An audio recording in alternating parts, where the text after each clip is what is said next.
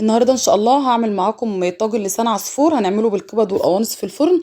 اول حاجه كده نسمي الله ونصلي على الرسول. اللهم صل وسلم وبارك على سيدنا محمد وعلى اله وصحبه اجمعين. معايا كده طاسه على النار، خدت فيها كده شويه من الزيت، وهاخد بصلايه متقطعه قطع صغيره. هنشوح كده البصلايه. خلاص كده تمام، هنشوح البصل وهننزل عليه بالقوانص. طبعا احنا عارفين ان القوانص بتاخد وقت في التسوية عن الكبد، فلازم نفضل نشوح فيها كده شوية عشان تستوي معانا. يعني هنشوحها كده شوية قبل ما ننزل بالكبدة. الطاجن ده طبعا من اسهل الوصفات اللي ممكن تعمليها، مش بياخد معاكي وقت ومش هيحتاج اي حاجة كمان معاه. يعني ممكن تعملي طاجن لسان العصفور ده وتحمري جنبه كده شوية بطاطس وشوية مخلل، خلاص كده هتبقى وجبة كاملة يعني.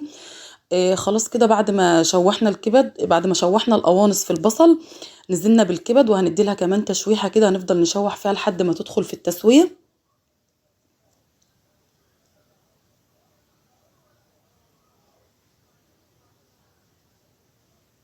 هننزل بالبهارات. خدت كده نص معلقة صغيرة من الفلفل الأسمر، ونص معلقة صغيرة من الكزبرة، وخدت كمون، وخدت بابريكا، وهاخد ملح، وخدت كده شوية صغيرين من الحبهان المطحون، بيشيلوا أي زفارة في الكبد والقوانص، بس شوية صغيرين خالص.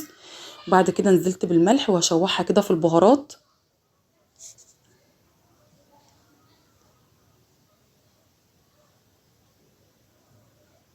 خلاص كده تمام.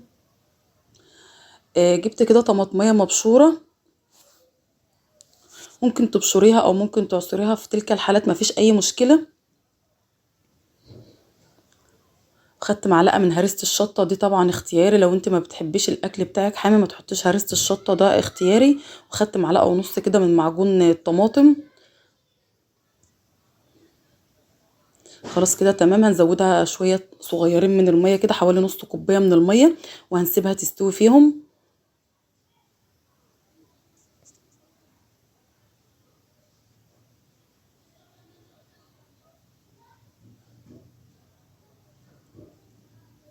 خلاص اتسبكت كده وشربت المية اللي احنا حطيناها ودخلت في التسوية.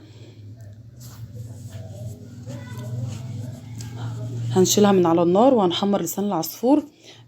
جبت طاسة وخدت فيها برضو شوية من الزيت، مش هنكتر الزيت طبعا. وهنزل بكيس كده من لسان العصفور، وهنحمره طبعا لحد ما ياخد اللون الذهبي. لو عجبتك الوصفة ما تنسيش تعملي لايك وشير وسبسكرايب، وتفعلي الجرس عشان يوصلك كل الفيديوهات الجديدة. زي ما قلتلك ان الوصفة سهلة بسيطة، مش بتاخد معاكي وقت، مش تحتاجي ان انت تعملي حاجة كتيرة معاها. في نفس الوقت خفيفة في الاكل.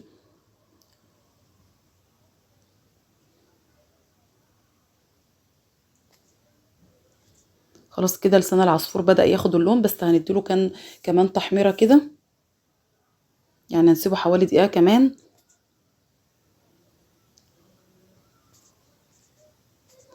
خلاص هو ده اللون اللي احنا عايزينه. هنجيب بقى الطاجن اللي هندخله الفرن. ممكن تعمليه في طاجن بايركس، ممكن تعمليه في طاجن فخار، طاجن، اي طاجن متاح عندك هتعملي فيه. خدت كده شوية، خدت نص الكمية من لسان العصفور في الطاجن من تحت، وهنزل عليها بالكبد والقوانص. طبعا لو حابة تعمليه على البوتاجاز في حلة بدون ما تدخليه الفرن، عادي مفيش اي مشكلة. حابة تدخليه بقى طاجن الفرن، يعني المتاح ليكي والاسهل ليكي اعمليه. خلاص كده انا خدت الكبد والقوانص، هننزل بباقي كمية لسان العصفور.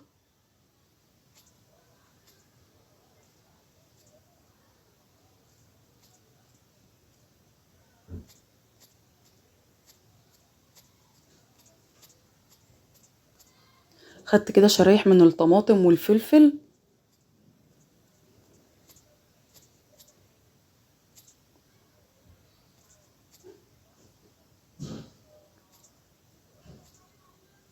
وهننزل بمرقة بقى، اي مرقة عندك، ان كانت مرقة فراخ او لحمة. لو ما عندكيش المرقة، طبعا اغلي مية في الكاتل كده وانزلي عليه بيها، مفيش اي مشكلة. يعني مش هنقف على حاجة معينة. خلاص كده هنغطي لسان العصفور كده، لازم تغطيه. وبعد كده هندخله الفرن، هنشغل بس الفرن من تحت.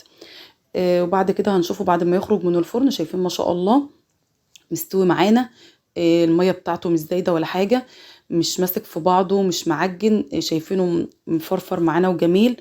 زي ما قلت لكم وصفة سهلة بسيطة مش مكلفة، اقتصادية في نفس الوقت. كل اللي احنا عملناه حطينا شوية كبد وقوانص. ودي كانت وصفة النهاردة، يا رب أكون أفدتكم. إن شاء الله تجربوها وربنا يحسن ما بين إيديكم، ونشوفكم في وصفة جديدة على خير، ومع السلامة.